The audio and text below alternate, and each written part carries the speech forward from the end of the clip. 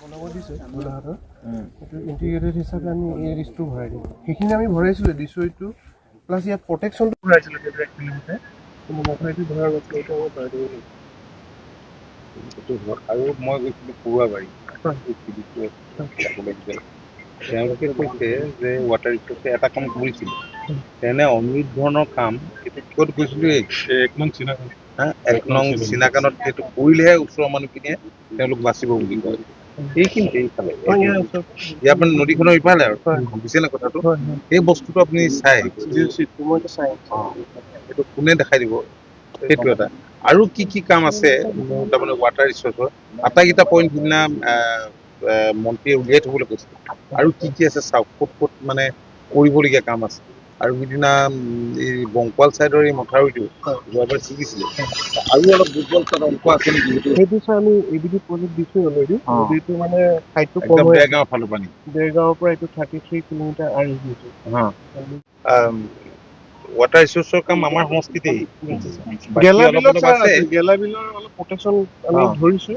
আৰু তাতো চাগৈ এটা এনভাইৰনমেণ্ট দিব লাগিব কি আছে একদম উলিয়াই আপুনি আটাইকেইটা প্ৰজেক্ট কৰক আটাইকেইটা পইণ্ট চাই পেলাই এইকেইদিন মানুহ পঠাই প্ৰত্যেক বছৰে কিমান মানুহে চাফা কৰিব যি আছে সোমাই যায় মানে আগৰ এগ্ৰিবান চেগ্ৰিবান আছিলে ভাঙি যায় সেইটো অলপ ভালকে ওপৰত টেকনিকেল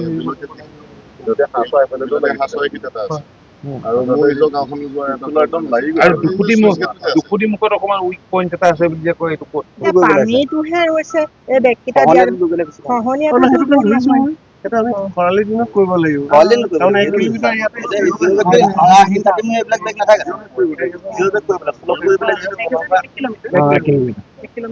ওলাই যাব আমাৰ সমষ্টি আটাইকেইটা পইণ্ট উলিয়াই পেলাই ক'ত ক'ত কি কৰিব লাগে আপুনি তেনেধৰণে মানে কোন কোন আঁচনিৰ জৰিয়তে কোনটো কোনটো কৰিব পাৰি তেনেকে বস্তু কৰিবলগীয়া কামকেইটা প্ৰথম উলিয়াই লওক তাৰ পৰা কনচাৰ্ণ মিনিষ্টাৰৰ লগত ডিপাৰ্টমেণ্টৰ আলোচনা কৰি পেলাই কোনটো ক'ত তেওঁলোকে হেৰি কৰিব পাৰে CMO কি কয় ইয়াতে ৱাটাৰ ৰিচোৰ্চৰ ইঞ্জিনিয়াৰ এতিয়া আহিছিলে আমাৰ সমজিলা প্ৰশাসনৰ বিষয়াসকলো আছিল কথাখিনি পাতিছোঁ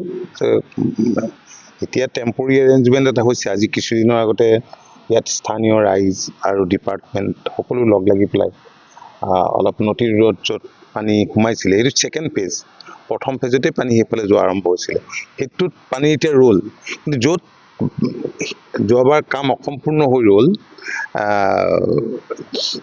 সেইখিনি থাকি গ'ল প্ৰথম পৰ্যায়ত যেতিয়া এই কামটোতো আগৰে অৰ্ডাৰ আছিলে প্ৰথম পৰ্যায়ত যেতিয়া কাম কৰিবলৈ আহিছিলে মই জনাত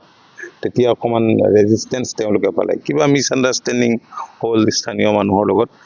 কামটো যথেষ্ট পলমকৈ আৰম্ভ কৰিলে আৰু সেইকাৰণে নোহোৱা বুলি কৈছে কিন্তু এবাৰ খৰালি হোৱাৰ লগে লগে এই কামখিনি কৰিব পৰা যাব বুলি বিভাগীয় বিষয়াই কৈছে আৰু তাৰ কাৰণে তেওঁলোকে এটা DPR প্ৰস্তুত কৰিছে কেনেধৰণে কাম হ'ব লাগিব আজি বেগটোৱে পানীৰ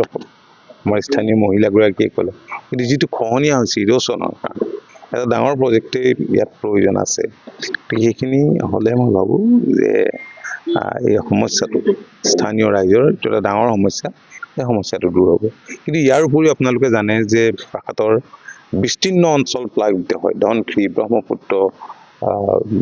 গেলাবিল কালিয়নী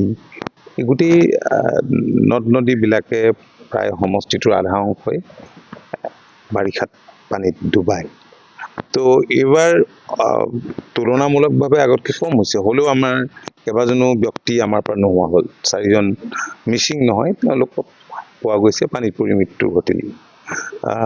আৰু বহুত এতিয়া আশ্ৰয় শিবিৰতো আছে মই ইয়াৰ আগে কুৰুৱাবাৰী গৈছিলোঁ তাতো যথেষ্ট লোক আশ্ৰয় শিবিৰত আছে আৰু কিছুমান লোক আশ্ৰয় শিবিৰলৈ অহা নাই যদিও তেওঁলোকক অত্যাৱশ্যকীয় যিবিলাক সামগ্ৰী খোৱা বোৱা বাট কাটি ফিট এইবিলাক প্ৰশাসনে যোগান ধৰিছে তো আৰু বিশ্বই পঞ্চায়ততো আমি গ'লোঁ তাতো তেনেধৰণৰ সমস্যা আছে। দুকুটিত আছে, খুলুং টেঙাত আছে, কলাখাত হৈছিল, কাজিৰঙাৰ ফালেও এঠাইত হৈছিল, পৰুৱাবাৰীতো আছে। যথেষ্ট এফেক্ট হৈছে, কিন্তু তুলনামূলকভাৱে শিৱসাগৰ বা চৰাইদেউতকৈ যথেষ্ট এইবাৰ কম।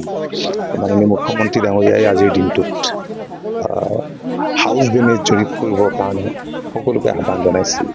তো আমি জনপ্ৰতিনিধি হিচাপে আমিও আছোঁ, বিষয়া কৰ্মচাৰী আছে, ঘৰে ঘৰে গৈ তেওঁলোকক গণনা কৰিব। যিবিলাকৰ হাউচ সম্পূৰ্ণভাৱে ধ্বংস হৈছে তেওঁলোকক ঘৰ বনাই দিয়াৰ কাৰণে এটা দিব, সেইটো কথা মাননীয় মুখ্যমন্ত্ৰী ইতিমধ্যে ঘোষণাই কৰিছে। গতিকে তাৰ জৰীপ আজিৰ পৰা আৰম্ভ হৈছে।